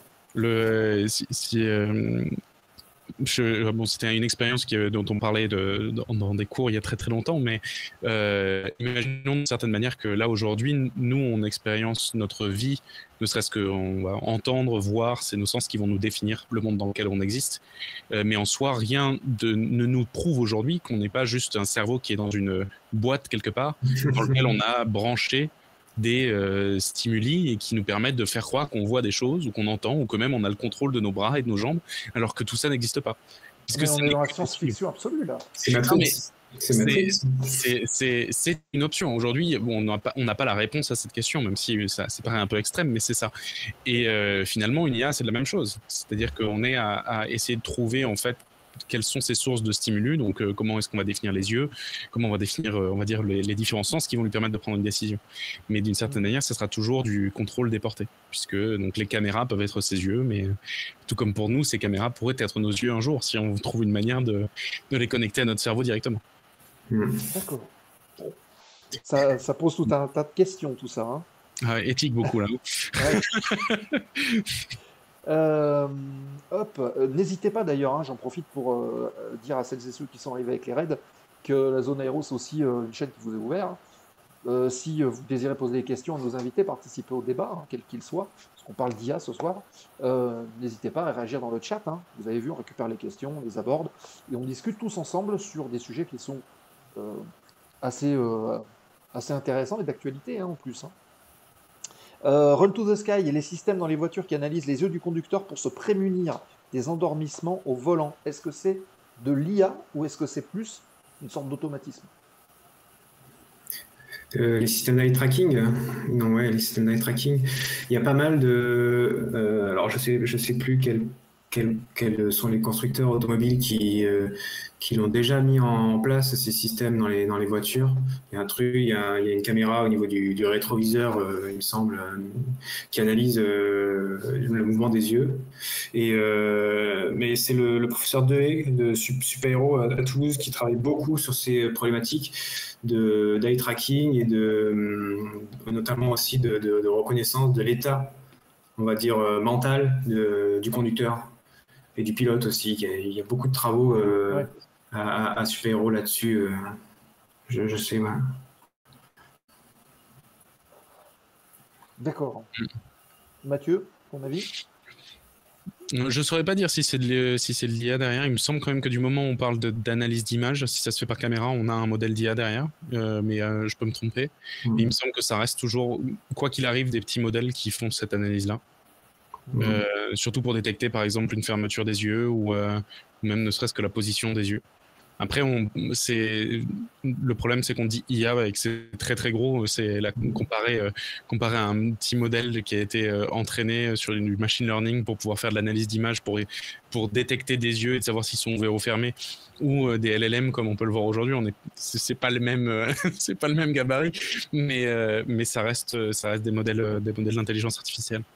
Ouais, alors, est-ce qu'en intelligence artificielle, on va travailler, on va dire, sur une énorme quantité de données? Ou bien on peut dire que c'est une sorte d'automatisme à grande échelle? Justement, c'est la différence entre l'IA d'avant et l'IA d'aujourd'hui. En fait, les IA d'avant, ce qu'on appelait des systèmes experts, en fait, c'est des systèmes à base de règles, hein, où on mettait des conditions, des seuils, et si ça franchissait ce seuil, il y avait cette action qui était mise en place, et les systèmes étaient designés pour être au plus près de ce qu'un opérateur humain aurait réalisé en termes de déroulement des tâches. Ça, c'était les systèmes qui ont marché, qui ont bien fonctionné dans les années 80-90. Après, il y a eu l'essor des modèles, alors les modèles statistiques, modèle probabiliste, mais c'est pas vraiment une spécificité du domaine informatique. C'est plutôt vraiment une généralité des sciences de manière générale. Les modèles sont passés de modèles théoriques, comme on pouvait voir en physique. D'ailleurs, on parlait plus de lois physiques au début du XXe siècle, et on a de plus en plus changé de terme pour parler de modèles physiques, le modèle standard des particules, les modèles, donc il y a vraiment une espèce de paradigme, de changement de paradigme qui s'est fait grâce aux applications, aux possibilités des modèles statistiques et probabilistes. Et du coup, on a petit à petit basculer dans cette tendance où on pouvait utiliser des données pour entraîner des modèles statistiques à faire de la prédiction, de la classification. Et le seul frein qu'on avait, il était d'ordre matériel, technique, pour pouvoir traiter de grosses masses de données et faire des calculs très lourds. Et ça a été, entre guillemets, résolu dans les années 2010-2020 grâce à l'apparition de l'utilisation des processeurs graphiques pour entraîner des modèles profonds, qu'on appelle les modèles de deep learning, qui permettent de décupler vraiment de manière exponentielle le nombre de données qu'on peut traiter, et analyser. Et c'est ce qui rend les choses si impressionnantes aujourd'hui. Est-ce que c'est ça qu'on appelle vulgairement le big data? C'était le mot à la mode il y a 10 ans, le big data, effectivement. Mais on faisait quand même du machine learning, on faisait des modèles statistiques. Aujourd'hui, on fait toujours du machine learning, on fait toujours des modèles statistiques pour entraîner nos IA, avec une petite différence. On a des IA qui sont génératives, donc ça, ce sont des modèles génératifs, où on essaie de modéliser c'est un peu technique, c'est ce qu'on appelle des probabilités jointes de variables aléatoires qui évoluent en même temps, avec la différence des modèles qu'on dit discriminants. Donc ça, c'est plutôt des modèles typiquement de classification où on va dire, étant donné cette observation, à quelle catégorie appartient cet échantillon. Ça, c'est des modèles discriminatifs. Donc vous avez ces deux classes de modèles statistiques, les modèles génératifs et les modèles discriminatifs. Et les deux ne se rejoignent pas, c'est vraiment deux utilisations particulières.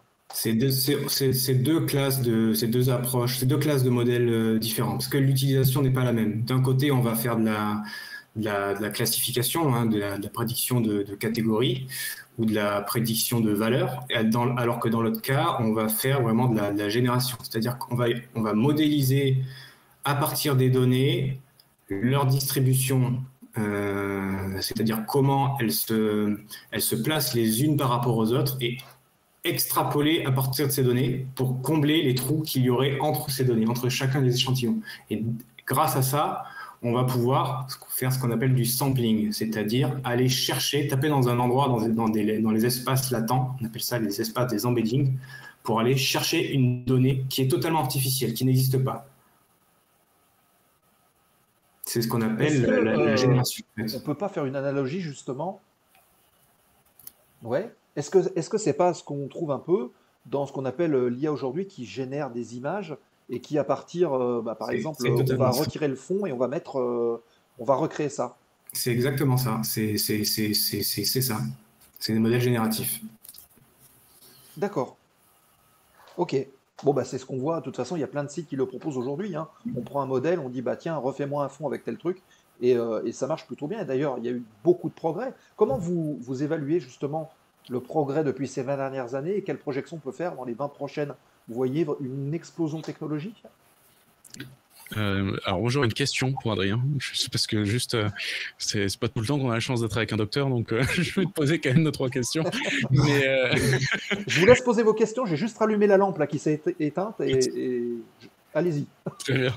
Là, aujourd'hui, du coup, on parle des modèles statistiques qui sont pré-entraînés à faire certaines tâches d'une certaine manière, ou des tâches plus grandes avec de la génération.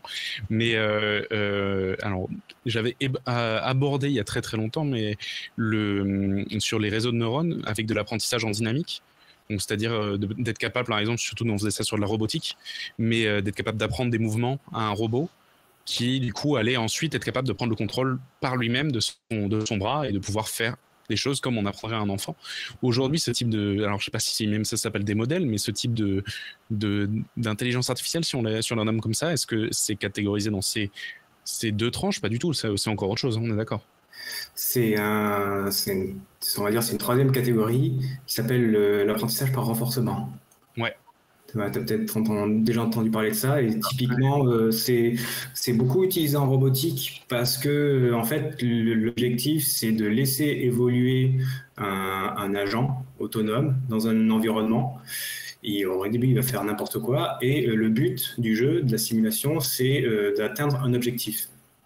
Et de manière, on va dire, totalement aléatoire, il va faire des actions qui vont être de plus en plus récompensées dans le sens de l'objectif. Et c'est comme ça que le processus d'amélioration va se mettre en place. Alors après, ça c'est vraiment la méthode de base. Il y a bien sûr des stratégies bien plus élaborées qui permettent d'apprendre plus rapidement ce genre de choses. Et c'est ce qu'on peut voir notamment sur les réseaux de neurones qui apprennent à jouer à Mario ou à faire du Trackmania ou ce genre de choses. C'est ça. Mais l'anecdote que j'avais évoquée tout à l'heure sur le jeu de Go ou même les jeux d'échecs, c'est des algorithmes par renforcement qui sont utilisés. C'est un élément qu'on voit, nous, assez souvent dans les discussions. Les gens aujourd'hui pensent notamment que ChatGPT ou ce genre de choses sont des modèles finalement à renforcement qui vont apprendre au fur et à mesure. Alors qu'on est d'accord qu'on est très très loin de ce genre de choses. Alors oui, non, parce qu'il y a une part de renforcement dans l'apprentissage de ChatGPT. En fait, c'est une méthode de renforcement qui a été basée sur les préférences humaines. Il y a 2 étapes dans l'élaboration de ChatGPT. Alors, enfin, ChatGPT, parce que je connais pas la recette, hein, il n'y a que OpenAI qui la connaît, hein, la vraie recette, mais on va dire, dans ce qu'ils nous ont dit, il y a 2 grandes étapes. Il y a la partie modélisation du modèle de langage, donc ça c'est un modèle génératif, un LLM, doublé d'une étape par renforcement qui est basée sur, alors là l'objectif de l'algo de renforcement, c'est de maximiser la préférence humaine. C'est ce qu'on appelle le reinforcement learning basé sur les feedbacks. Ouais. Donc en gros, c'est des systèmes qui ont été entraînés pour imiter, pour répondre au mieux à la préférence des humains qui ont évalué les sorties du modèle. Très bien. Merci beaucoup. On en apprend, hein, parce que c'est vrai que ChatGPT, on en parle très souvent. Donc c'est bien de savoir un petit peu comment ça fonctionne en arrière-plan. Ah oui, donc question de Run to the Sky à tous les deux. Vous allez chacun donner votre réponse. Est-ce que on peut craindre un de ces jours qu'une IA commence de créer son propre langage? Ah, je vois des sourires, donc alors qu'est-ce que vous en pensez? Alors, par contre, le problème, c'est que si on commence à parler de langage, il faut vraiment définir ce que c'est langage. C'est comme l'IA. Qu'est-ce que la définition de l'IA? Le langage, c'est quand même un sacré concept. Parlons de langue. Si on peut parler de langue, l'apprentissage d'une langue, c'est plutôt la forme d'expression d'un langage. Je serais peut-être plus d'accord pour utiliser le terme langue. On est d'accord, langage, on peut selon le groupe, c'est comme l'histoire des groupes en mathématiques, c'est ça, le fait que tu aies des règles qui définissent ce genre de choses? Ça, c'est le langage formel. Formel, ok. Là, c'est le langage, du langage naturel, du langage parlé, quoi. Enfin, écrit, parlé. Mais la différence entre les langages formels et les langages naturels, c'est l'ambiguïté. Dans un formalisme, dans un langage formel, les mathématiques sont un langage formel, il n'y a pas d'ambiguïté possible. En théorie. Je suis sûr qu'il y aura des mathématiciens qui diraient que le contraire, mais alors que les langages naturels, il y a de l'ambiguïté de partout, quoi. Ouais. Mais donc la question, c'est est-ce que l'IA pourrait apprendre un nouveau langage ou créer un langage? C'est ça la question. Oui. Ça pose la question de la créativité aussi. Je ne sais pas. Honnêtement, j'ai pas entendu parler d'expérience dans ce sens-là. J'aurais tendance à dire, aujourd'hui, ça me semble compliqué. Je pense potentiellement plus tard on y arrivera, hein, mais aujourd'hui, en tout cas dans l'état actuel, je pense pas que ça fasse partie des choses ce que les gens appellent par IA. Donc si on prend des modèles des LLM en général sur de la discussion, ils soient capables par eux-mêmes d'inventer un langage qui fasse vraiment du sens. Sachant que en fonctionnant par token, ils ont déjà du mal à pouvoir casser leur type d'expression. Donc j'aurais tendance à avoir beaucoup de doutes en fait sur la capacité à inventer un langage nouveau. Ok. Donc on va dire que les choses comme Terminator et ce genre de choses-là, c'est pas encore pour aujourd'hui, quoi. Non. Non, c'est pas. C'est vrai qu'il y a ce côté un petit peu américain de faire beaucoup de spectacles pour. Mais ils ont raison, hein, parce qu'ils sont quand même leaders, hein, donc ils peuvent se permettre de faire du bruit, on va dire. Mais on en est quand même très loin. Hein.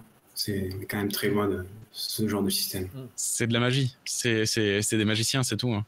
Mais finalement, quand on reprend justement, on plaisantait avec Terminator, mais faut voir que c'est sorti à 30 ou 40 ans. Donc ils étaient quand même visionnaires, mine de rien, parce qu'il y a quand même pas mal de choses qu'aujourd'hui, c'est ici, en fait, c'est notre quotidien. Il me semble que beaucoup de théories autour même de l'intelligence artificielle, alors de l'informatique en général, je sais que ne serait-ce que de l'architecture informatique, aujourd'hui, la plupart des concepts qui avaient été établis sont les mêmes qu'on utilise il y a 30 ans. Enfin, ils ont été établis, théorisés, ils fonctionnent très bien, on continue à les utiliser. Aujourd'hui, on va dire que c'est différentes saveurs, savoir si on a un peu plus de sucre ou de sel quand on fait du développement, mais les concepts ont été théorisés il y a longtemps. Ouais. Il me semble que dans l'IA, on n'est pas trop loin de ça, même s'il y a toujours la recherche, hein, je dis pas, mais c'est juste que la base de réflexion est à peu près toujours la même, le socle. Oui, complètement. L'architecture qu'on utilise des ordinateurs actuels, c'est l'architecture de von Neumann. Donc c'est mi-20e siècle, quoi, et ça a pas changé. Là où il y aura un changement, c'est avec les ordinateurs quantiques. Ouais. Qui tournent aujourd'hui, hein, d'ailleurs, c'est pas juste de la théorie. Ouais. Vous avez des infos là-dessus, parce que c'est intéressant justement. Apparemment, ils ont réussi à casser RSA, enfin une version RSA chiffrée avec une clé assez faible, mais ils ont quand même réussi à casser RSA. Je crois que c'est les Chinois qui ont. Ça va être compliqué. Hein. Ça, le jour où ça arrive, moi, je sais que ça va être assez drôle. C'est le moment où on peut avoir accès notamment à de la puissance quantique pour justement casser des clés. Il y a un problème de sécurité globale qui se pose dans le monde entier. Alors, est-ce que vous pouvez vous détailler, RSA, c'est qu'est-ce qu'un ordinateur quantique et comment ça marche? Alors moi j'en sais rien du tout. Alors si je peux réutiliser un terme que c'était mon père qui m'avait dit ça il y a longtemps, il y a très très longtemps. Donc je veux dire la théorie existe depuis longtemps. Lui son boulot c'était de faire de la simulation d'explosion nucléaire pour l'armée française. Donc il est docteur en mathématiques et il m'expliquait que l'informatique quantique en fait c'était juste l'élément. C'est-à-dire qu'aujourd'hui, on avait 0 et 1 pour définir nos programmes. Donc oui et non, et en fait que l'ordinateur quantique apportait une troisième option qui était le peut-être, et qui finalement permettait d'être beaucoup plus... le fait d'ajouter en fait ce peut-être-là, de pouvoir faire des choses encore plus puissantes d'une certaine manière. Cette soupçon de nuance qui manque ? Avec quand même une petite nuance, il ne faut pas voir le peut-être comme un troisième état. Non. En fait, la seule chose que je sais dans l'ordinateur quantique, c'est que en fait, ça utilise le principe d'incertitude d'Eisenberg, qui a eu un prix Nobel pour ça, d'ailleurs, hein, qui est un des fondements de la physique quantique, qui est de quantifier. C'est une probabilité d'être dans un état ou dans un autre. Donc et en plus, cette probabilité, il y a un principe de superposition des états, et c'est incompréhensible. Hein. C'est vraiment incompréhensible. La physique quantique, c'est chaud. Hein. Ouais. Et vous avez des gens qui essaient de vulgariser. Il y avait un humoristique d'Alexandre Astier d'ailleurs qui en parlait. Oui, avec je sais plus comment s'appelle l'autre actrice qui était avec lui. Ils étaient deux comédiens à faire de la physique quantique. Et, oui, c'était très marrant. Très bon sketch d'Alexandre Astier dessus. Il y a une petite remarque par rapport à ce qu'on disait tout à l'heure de Popoloc. Voilà. Polopoc, pardon, qui dit, je ne sais pas si vous avez entendu parler, mais il y a Thales, société française, hein, qui travaille sur un projet dessin de 4 à 40 drones qui sont dirigés par intelligence artificielle. Vous en avez entendu parler ? Oui. Non, pas moi de mon côté. C'est les fameux projets c'est les fameux projets de dessin de drone. Moi, il y avait pas mal de projets sur ça. En fait, il y a deux écoles, il y a deux espèces que j'ai l'impression que vraiment l'industrie est en train de se scinder un petit peu dans deux cas. Il y a les cas où on va vraiment essayer d'augmenter le pilote, entre guillemets, de faire en sorte qu'il puisse, avec de l'intelligence artificielle, communiquer de manière plus efficiente et agir de manière plus efficace aussi. Et vous avez l'autre divergence qui considère qu'en fait, le pilote, il n'aura plus aucun intérêt dans l'avion et on va utiliser des avions autonomes, donc des drones, des syndromes, pour faire les opérations. Et il y a plein de financements européens là-dessus, sur ces histoires de syndromes. Donc ça ne m'étonne pas que Thales soit en phase partie. Il y a Dassault sûrement derrière. Mais donc ouais, l'idée, c'est vraiment d'avoir des drones. Alors, aujourd'hui, les naissins de drones, ils sont utilisés dans des architectures qu'on appelle, alors il ne faut plus utiliser ce terme de maître-esclave, je ne sais plus comment il faut dire maintenant aujourd'hui pour faire la bien-pensance. Mais vous avez Main secondary. Ouais, peut-être, je ne sais plus. Mais j'ai pas la terme en français, mais je crois que c'est main et secondary. Mais ouais, je crois que c'est ça. Mais donc, du coup, l'idée, c'est d'avoir à aucun moment un drone qui domine les autres, qui disent aux autres comment faire, mais qui soient tous autonomes les uns par rapport aux autres. C'est un anneau pour les gouverner tous. Ok. Après, c'est aussi le single point of failure, tu vas avoir. Mais bon, après, en informatique, on est très bon pour faire de la réélection, sauf dans des cas de non c'est si son père, pas père. Si, c'est ça, père.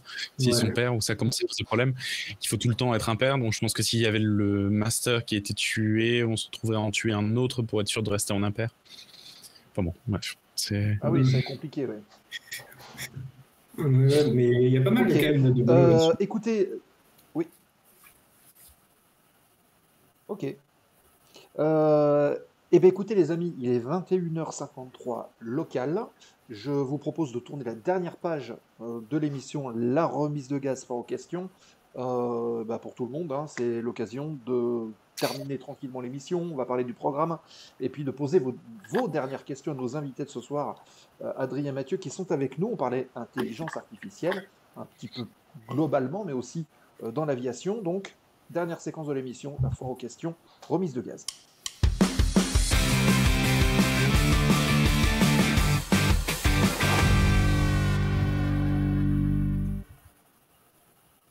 Dernière séquence de cette émission et le chat qui vous est ouvert évidemment pour poser toutes vos questions et puis on va en prendre quelques-uns, questions-réactions d'ailleurs, concernant le sujet de ce soir sur quid de l'intelligence artificielle notamment dans l'aviation.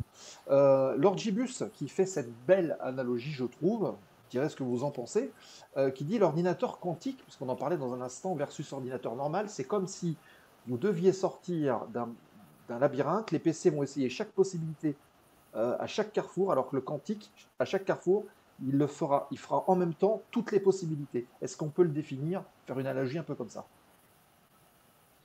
Ouais, je pense j'en saurais pas assez moi de mon côté pour me prononcer. Je suis trop loin sur le quantique. J'imagine qu'elle est très bonne analogie, mais je pourrais pas le dire. Adrien, ton avis? J'aurais tendance à penser comme Lord Gibus, mais voilà, c'est de loin, quoi. Ouais, pour l'instant, on est, ça reste encore pas du flou, mais quelque chose, un modèle. Pour nous, en tout cas, oui, quand on est profane du domaine, je pense qu'il y a beaucoup de. Mais je pense qu'il y a pas mal de monde aujourd'hui qui en utilise. On a même IA, il me semble, je ne sais pas si c'est une entreprise française ou pas, mais qui vend déjà des temps d'utilisation d'ordinateurs quantiques en ligne. Et du coup, on a de plus en plus quand même de personnes qui se spécialisent dans ce domaine-là. Alors, quand je dis de plus en plus, on ne parle pas non plus c'est pas des chiffres astronomiques, hein, mais ça commence à se démocratiser d'une certaine manière. D'accord. Ok. Bon, de mon côté, j'arrive à voir de temps en temps des élèves pilotes quantiques, parce que je ne sais pas ce qu'ils font, mais c'est un autre débat. Je vous propose, les amis, avant de nous quitter, déjà dans le chat, si vous avez encore quelques questions, n'hésitez pas à le faire, puisqu'on les abordera juste à la fin. C'est de vous retrouver dans un instant, puisqu'on va parler rapidement du programme de la zone aéro, comme d'habitude, dans les prochaines semaines qui arrivent. Hop, voilà, j'affiche le programme. On commencera, alors sous réserve, évidemment, des gens qui font Push to Talk. N'hésitez pas d'ailleurs, les amis de Push to Talk, de nous dire si ça colle ou pas, mais je pense que c'est à peu près ce qu'on avait organisé. Le premier thème, ce sera le vendredi 1er novembre, donc vendredi prochain, là, qui arrive à 20h30. Retrouvez les chroniqueurs de Push to Talk qui vont parler de l'instruction et de la formation du pilote privé jusqu'au pilote de ligne. Et puis, on va voir pour avoir des participants. Vous aurez aussi la parole. Vous pourrez venir dans le serveur Discord et discuter en audio, c'est aussi possible, avec les chroniqueurs, venir témoigner de votre formation, etc. Donc, vendredi à 20h30 dans Push to Talk sur la zone aéro. On continue avec le alors, je dis une bêtise, c'est pas le mercredi, ce sera un lundi soir. C'est le lundi 4 novembre, donc lundi prochain. Donc vendredi Push to Talk, lundi prochain 20h30, on sera au bar de la zone aéro, pas celui-là mais l'autre, et on va recevoir Philippe Villemain, qui est un ancien pilote de chasse que je connais très bien et qui va venir nous voir en plateau, et avec qui on parlera de pas mal de choses, notamment des histoires de conscience de la situation, puisque au sortir de son cursus de pilote de chasse sur Mirage 2000C, puis sur Rafale, il est instructeur sur AlphaJet, il va venir nous parler de l'évolution de la conscience de la situation. Et il a même fait du mentoring là-dessus. C'est assez intéressant. Il sera avec nous lundi prochain à 20h30. On continue avec le 13 novembre 2024. C'est un mercredi soir pour revenir avec les animateurs de Push to Talk. Le thème sera le contrôle aérien de demain. Peut-être encore une fois une question d'intelligence artificielle ou aussi d'organisation. Donc venez discuter avec nos amis de Push to Talk, avec tous les chroniqueurs, le mercredi 13 à 20h30, sachant qu'aussi dans Push to Talk, les sujets sont transférables d'une semaine ou d'une émission sur l'autre. Donc, c'est les thèmes, en tout cas, qui vous sont proposés. On continuera avec un sujet intéressant, c'est le 15 novembre, c'est un vendredi soir à 20h30. Nous aurons avec nous Alexandre Léger, qui est copilote sur Airbus A300 Cargo. En plus de ça, il fait tout un tas de choses. Il est instructeur, il est mécanicien, il est propriétaire d'un avion, il a un avion de collection. Bref, c'est un fanat d'aviation et il sera avec nous pour parler de son métier, de l'aviation cargo, dans des conditions que vous verrez des fois qui sont un petit peu sensibles. Il sera avec nous pour en parler le 15 à 20h30. Témoignage de pilote et du vrai. Et puis, on continue avec le 20 novembre à 20h30. Là, c'est un ancien colonel qui viendra nous voir, ancien directeur de la patrouille de France. Il a volé sur Mirage 4, rendez-vous compte, c'était le bombardier nucléaire stratégique. Donc c'est Pierre-Alain Antoine qui sera avec nous. Il était aux commandes d'un escadron de Jaguar, il était donc directeur ou commandant de la patrouille de France de 90 à 92. Il a travaillé dans le polygone de guerre électronique en Allemagne. Il est également organisateur de meetings aériens, directeur des vols. Il a une carrière incroyable et il sera avec nous le mercredi 20 à 20h30 et on reviendra sur sa carrière, les grands moments. C'est un moment à ne pas louper parce que Pierre-Alain Antoine, quand il parle, c'est quelque chose. Je vous invite vraiment à venir voir cette émission. Et puis, on terminera ce mois de novembre avec le 27 novembre pour les amateurs de patrimoine. C'est Daniel Espard qui est un petit peu partout, Daniel. Elle nous fera le plaisir d'être avec nous. Elle s'occupe de Flight Vintage, d'Aria Story. Elle est très impliquée dans plein d'associations du patrimoine aéronautique. Et elle viendra nous parler un petit peu de toutes ces associations et de l'importance du patrimoine de l'aviation en France. C'est avec Daniel le 27 novembre à 20h30 dans la zone aéro. Voilà, les copains, pour le programme qu'on vous propose. J'espère qu'il vous plaira. En attendant, on se décarcasse un peu pour essayer de trouver des thèmes et de diversifier les thèmes. En tout cas, voilà, super programme de ce mois de novembre. Tous les sujets. Tous les sujets me hype. Nous dire to the sky, c'est impeccable. C'est impeccable. Merci beaucoup. Est-ce qu'il y a des questions qui sont passées ou pas? Road to the Sky dit, ah oui, je sais ce que je vais faire les mercredis et les vendredis. Ah bah écoute, avec plaisir. Il y a aussi des instructeurs de vol quantique qui t'engueulent sur plein de sujets en même temps. Oui, c'est vrai. C'est vrai. Bon, apparemment, plus de questions particulières. Donc, c'est parfait. Mais écoutez, messieurs, est-ce que cette émission vous a plu? On fait un petit débrief. Bah ouais, c'est très riche. On voit la profondeur des débats, hein. Et encore, on n'a fait qu'effleurer la problématique, hein. Je pense qu'on s'est retenu sur pas mal de sujets. Même si on a déjà fait quelques embardèges, j'ai senti à des moments qu'on était parti, mais bon, désolé. Ben, moi, je vous propose qu'on suive un petit peu les évolutions ensemble, parce que quand il va y avoir de nouvelles technologies qui vont arriver, peut-être avec de l'IA d'ailleurs, ça serait peut-être intéressant d'en parler, de voir si c'est conforme aux prévisions, entre guillemets, qu'on a pu faire ce soir ou à terme. Ouais, si, c'est sûr. C'est sûr qu'il va y avoir des évolutions. En attendant, si vous voulez prolonger les débats, n'hésitez pas à rejoindre le serveur Discord de la Zone Aéro. Vous avez tout un tas de salons pour le faire. Vous pouvez poser vos questions, débattre, proposer des vidéos d'ailleurs, comme l'a fait tout à l'heure Philémon, qui a posté un lien vidéo dans le chat. Ça serait bien de le reposter également dans le Discord sur une formation, je crois, de la physique quantique au niveau du CNRS, enfin, vidéo de vulgarisation. Donc n'hésitez pas à le faire, hein. On est aussi là dans le partage. Voilà, c'est ce que nous dit Philémon. Je me suis permis d'épingler la formation FIDLE pour les personnes qui voudront en savoir plus sur l'IA. Est-ce que c'est quelque chose que vous connaissez, Mathieu et Adrien? Alors malheureusement non de mon côté, mais ça m'avait l'air assez intéressant. J'ai pas vu, mais si c'est labellisé CNRS, c'est gage de qualité, je pense. Ouais. Ok. Donc, bah, écoutez, le lien sera posté par Philémon, on n'en doute pas, dans le chat. Donc, si vous voulez découvrir un petit peu tout ça, vous pourrez le faire sans hésiter. En ce qui concerne donc les replays, je vous rappelle que les replays sont dispo sur la chaîne YouTube. On est mercredi, donc je pense que vendredi, vous aurez le replay du capitaine Johan, navigateur sur Rafale, qui était avec nous il y a quelques temps, et dont le cursus, le parcours et le métier ont été parfaitement décrits au cours de cette belle émission. Donc n'hésitez pas à aller voir les replays de la Zone Aéro sur la chaîne YouTube. N'hésitez pas aussi à nous rejoindre sur les réseaux sociaux, puisque c'est là où on diffuse la majorité du temps les différents programmes. Merci à la modération de faire un petit lien pour tout le monde.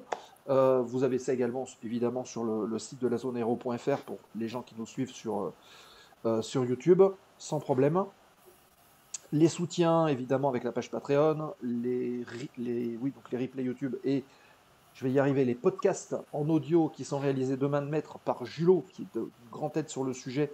C'est lui qui gère un petit peu tout ça. Donc, merci beaucoup à toutes et tous. Ça vous permet de suivre la Zone Aéro en voiture, par exemple, sans regarder l'image, mais en écoutant un petit peu ce qui se passe, comme le sujet de ce soir, qui est bien adapté, je trouve. Voilà, l'émission de ce soir, ça sera dans 15 jours en replay sur YouTube. Et pour les abonnés Twitch, bah, c'est dès maintenant. Dès la fin du live, là, vous pourrez trouver cette émission en replay pendant 14 jours.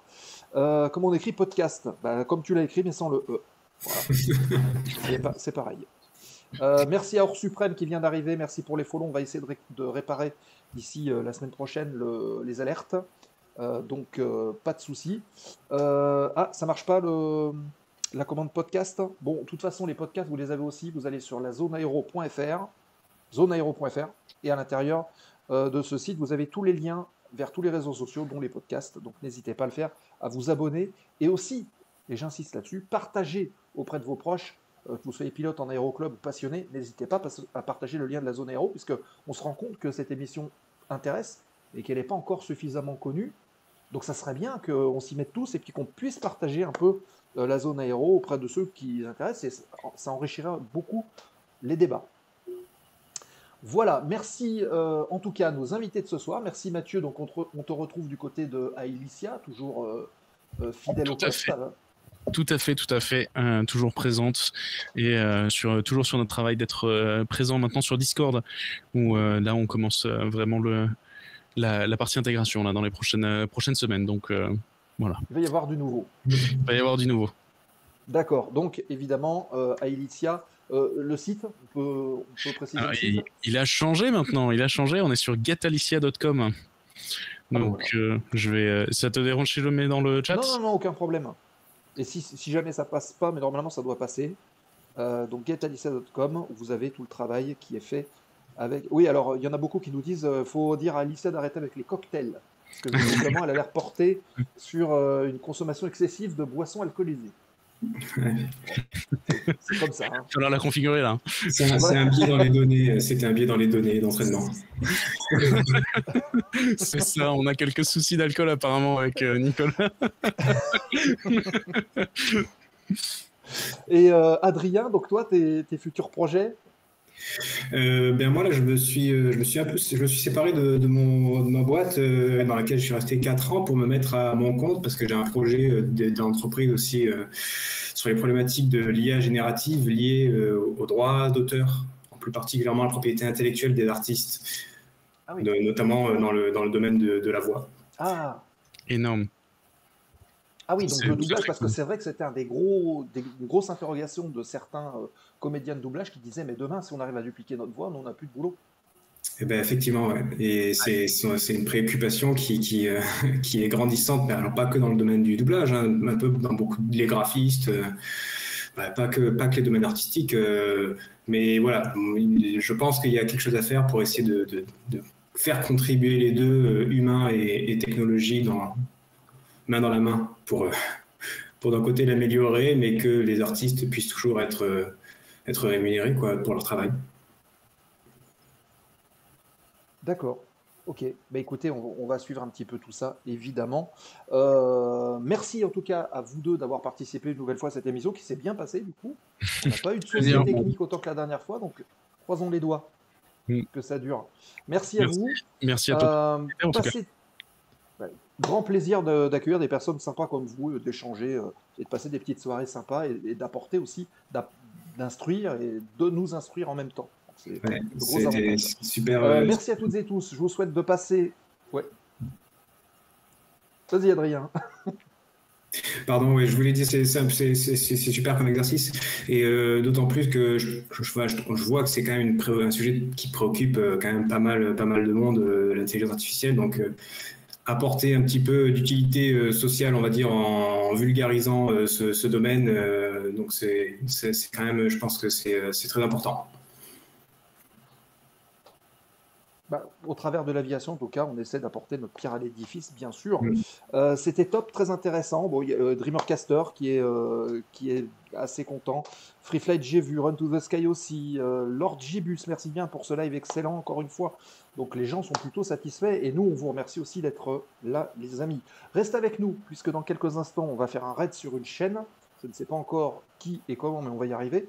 Donc le temps du générique, vous restez bien. Et dès qu'on est transféré sur la nouvelle chaîne, vous envoyez plein d'émotes de la zone aéro, vous en avez plein, hein. Vous avez vu Philemon Mavercoin qui a mis le petit avion, le cœur qui tourne, etc. Vous envoyez en masse ces petits émotes sur la chaîne en question, et puis pas de problème. Adrien, Mathieu, merci à vous, bonne soirée à toutes et tous, rendez-vous dans la zone aéro, donc prochaine fois c'est vendredi, fly safe pour ceux qui volent, et passez une très bonne soirée. Ciao, bye bye les amis. Bonne soirée. La zone aéro, l'émission.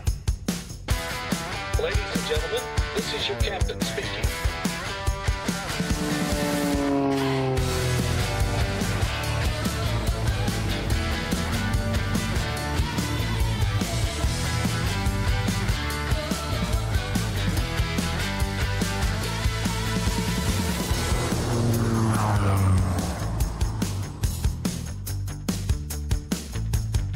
La zone aéro, l'émission.